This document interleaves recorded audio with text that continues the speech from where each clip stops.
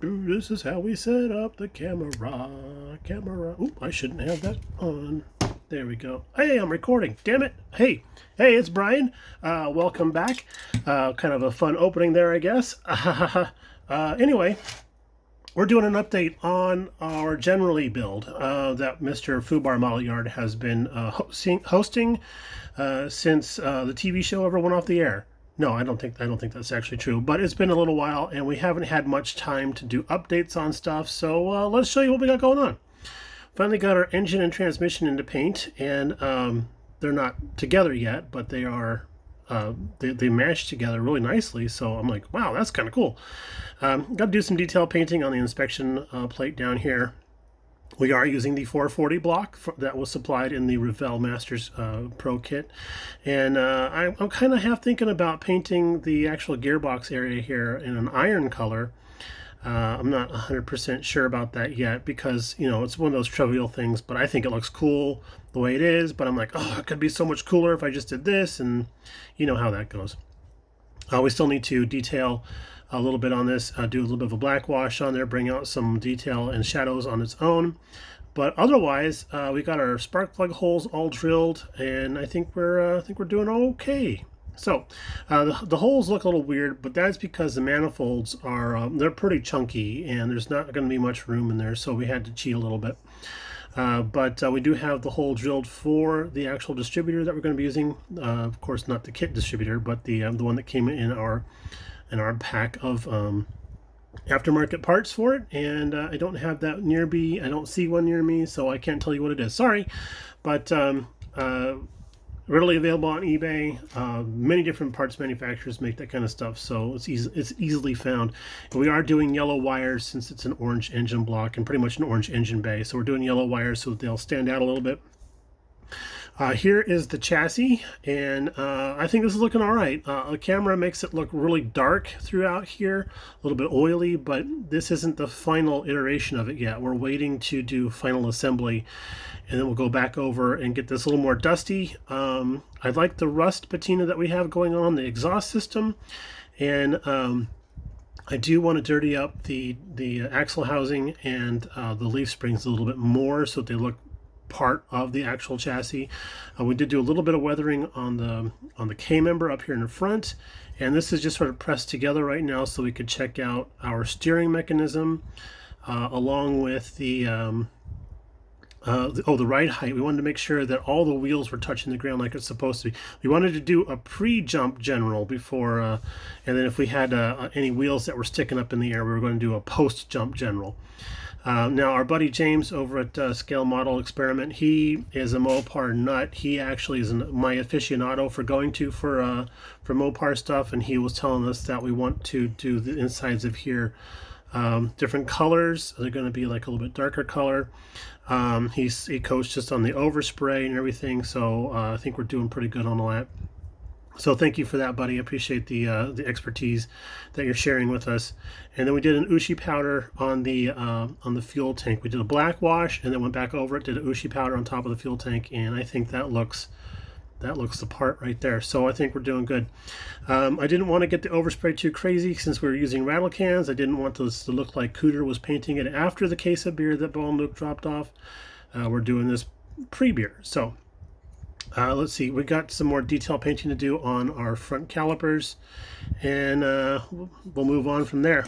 But the interior is coming along very, very nicely.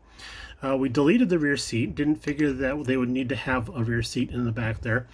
And because we deleted the rear seat, it's the big giant letterbox opening here, so I had to make sure that we painted the actual trunk area.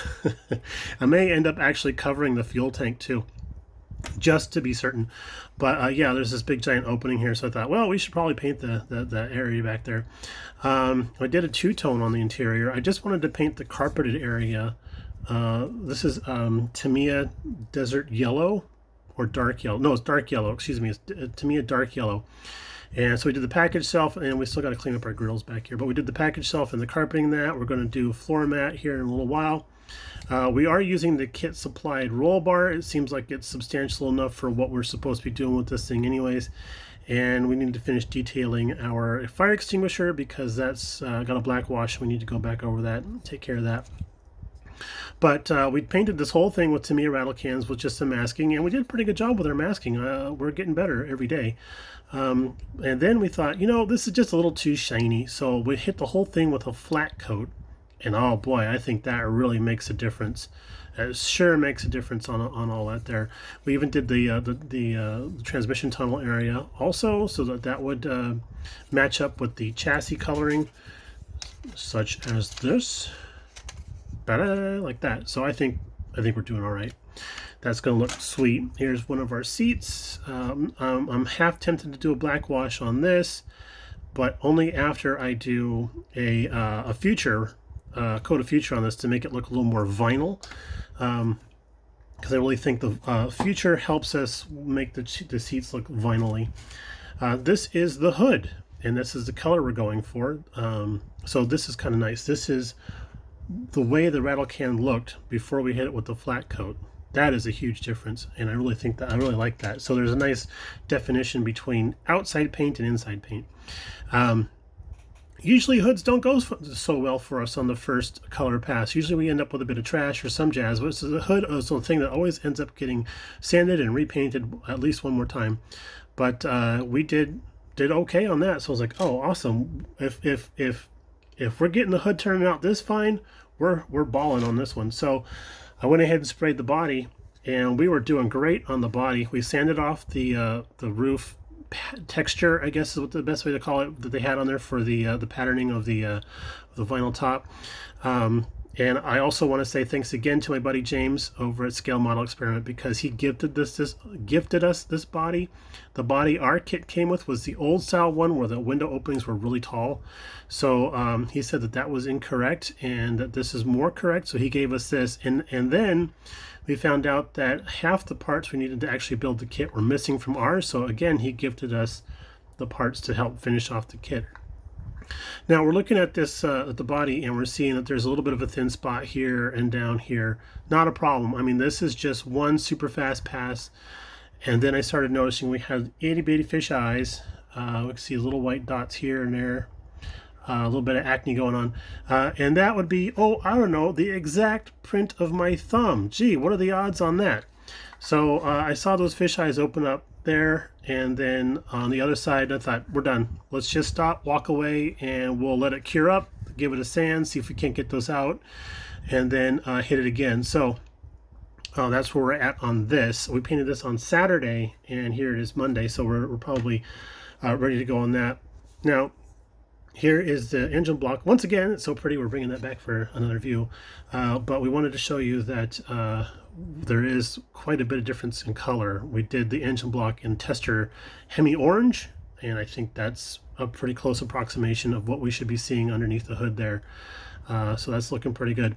Also, I don't know if it's easy to tell under this light or not, but we did a white primer over the entire body and a gray primer on the engine compartment, and the camera's not picking up so much of a difference, but to the eye, there really is a difference there. This is much, much darker than it is on the body, and that was intentional because I wanted the area here to be darker. So we're going with that. I still need to paint. Oh, let's look at the inside. We still need to paint the inside and do like a headliner and all that jazz. So much to do. It's such a parts heavy kit. I couldn't believe how detailed it was. And then here's our resin wheels, and we were so excited that we sanded these so that they opened up in the back, and we were so excited about that we ran out and shot a coat of primer on them right away. But they're resin. But Brian, you have to wash resin parts. That's right, future Brian. I wish you'd come back and visited Brian in the past and told him about that, because he forgot. So we're going to try one more pass of primer on these and see if it does okay. If not, we're going to have to dunk them and then try it again. So there you have it, guys. All right, y'all. Thanks for tuning in again, and we'll talk to you a little bit later on. Bye now.